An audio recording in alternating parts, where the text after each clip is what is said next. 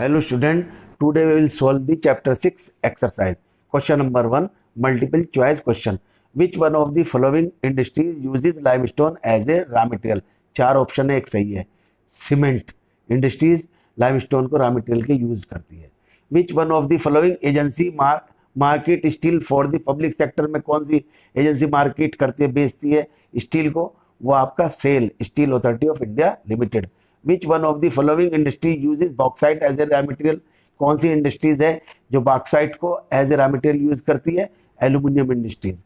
Which one of the following industries manufacture telephone computer? कौन सी इंडस्ट्रीज मैन्युफैक्चर करती है? आपकी electronic industries.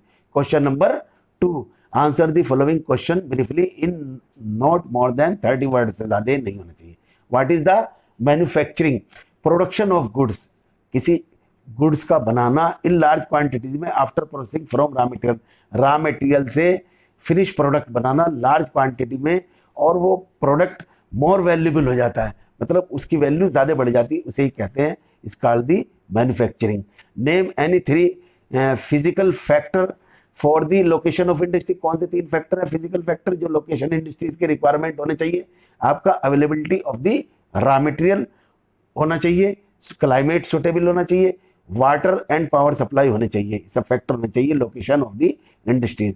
Next question, name any 3 human factor for the location of industry. और कौन से 3 फैक्टर हैं जो ह्यूमन फैक्टर जो लोकेशन ऑफ इंडस्ट्रीज के लिए रिक्वायर चाहिए? अवेलेबिलिटी ऑफ चीप लेबर, सस्ती लेबर हो, अवेलेबिलिटी ऑफ मार्केट, मार्केट भी अवेलेबल हो क्योंकि प्रोडक्ट वहीं बिकता है, और कैपिटल और रुपया पैसा भी होना चाहिए. उसके बाद आता है आपका what are the question, what are the basic industries, give an example. Basic industries क्या है उसका example. We supply their raw material to the industry which manufacture other goods. जो वो इंडस्ट्री जो सप्लाई अपना रॉ मटेरियल करती है industries को, विच अदर गुड्स जो दूसरा सामान बनाती है, जैसे आयरन एंड स्टील इंडस्ट्री है, which supply steel to the automobile industry.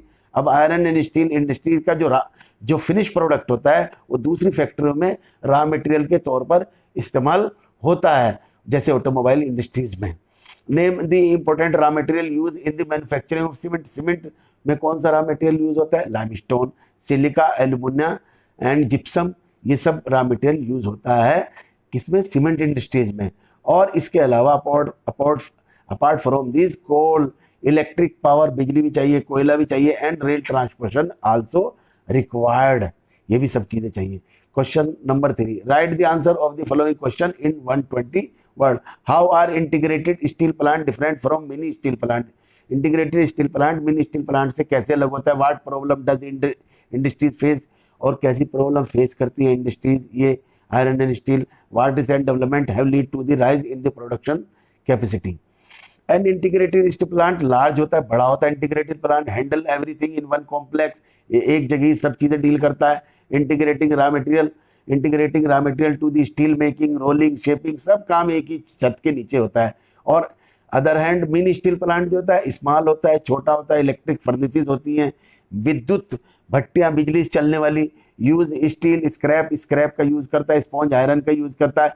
And has re roller that we steel इग्नेट as well as it produce mild and alloy steel. ये माइल्ड ये स्टील को प्रोड्यूस करता है. अब क्या प्रॉब्लम है? हाई प्रोडक्शन कॉस्ट, प्रोडक्शन इसकी कॉस्ट ज्यादा है आयरन एंड स्टील की. And limited availability of cooking coal, और कोयला लिमिटेड है. Lower productivity of the labour जो प्रोडक्शन करती है इसकी प्रोडक्टिविटी लो होती है. इरेगुलर सप्लाई ऑफ एनर्जी, और एनर्जी की सप्लाई बहुत कम है. रिसेंट डेवलपमेंट क्या हुआ इसमें? Are liberalisation and foreign direct investment हो गया इसमें with help from the private entrepreneur. उसके बाद next question, how do industry pollute the environment. कैसे इंडस्ट्री इन्वायरमेंट को पोल्यूट करती है? Industrial pollution of the environment is of 4 type से पोल्यूट करती है. एक एयर पोल्यूशन, वाटर पोल्यूशन, आपका थर्मल पोल्यूशन, नॉइज पोल्यूशन. 4 तरह से पोल्यूट करती है industries. Air pollution cause by the high proportion of undesirable gas, जैसे अनडिजायरेबल गैस, ऐसी गैसेज सल्फर डाइऑक्साइड जैसे कार्बन मोनोऑक्साइड, ये जो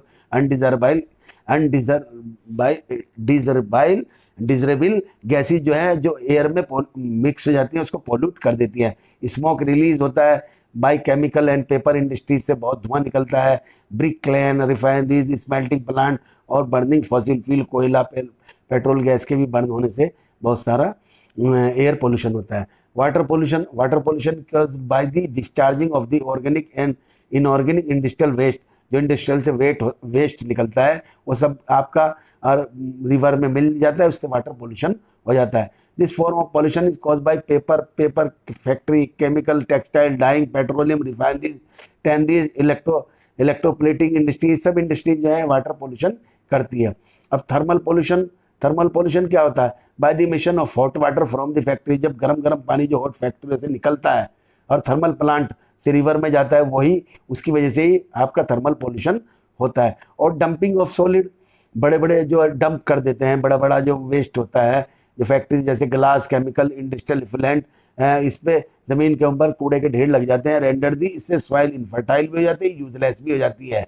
और noise pollution result from the industrial and construction, industry से, कंस्ट्रक्शन से, बहुत सारी मशीनों के शोर से नॉइज पोल्यूशन होता है, जनरेटर से होता है, और इलेक्ट्रिक ड्रिल से भी आपका नॉइज पोल्यूशन होता है। Discuss the step to be taken to minimise the environmental degradation, कौन से स्टेप लिए गए जिससे इन्वायरमेंटल डिग्रेडेशन कम हो सके, इन्वायरमेंट को डैमेज कम से कम हो सके। सबसे पहले तो कंट्रोल वाटर पोल्यूशन को कंट्रोल किया गया, समझे। Industrial effluent need to be treated on all three ways, primary और सेकेंडरी लेवल पे जो भी वो आपका इंडस्ट्रियल वेस्ट निकला उसको ट्रीट किया गया। Rain water harvest, rain water को सेव किया गया। और ground water should be regulate by the law, और जो अंडरग्राउंड जो वाटर ज़्यादा यूज़ करते हैं उनको रेगुलेट करें, कंट्रोल करें। और for the minimise of air pollution, कम से कम एयर पोल्यूशन कम करने के लिए स्मोक स्टैक लगानी चाहिए, उसमें स्मोक की चिमनी लगानी चाहिए बड़ी, should be fitted to the factory with electrostatic participator, fabric filter लगाने चाहिए। नॉइज पोल्यूशन को कैसे भी और कंट्रोल कर सकते हैं जनरेटर से, अगर जनरेटर में साइलेंसर होगा तो नॉइज पोल्यूशन कम हो जाएगा।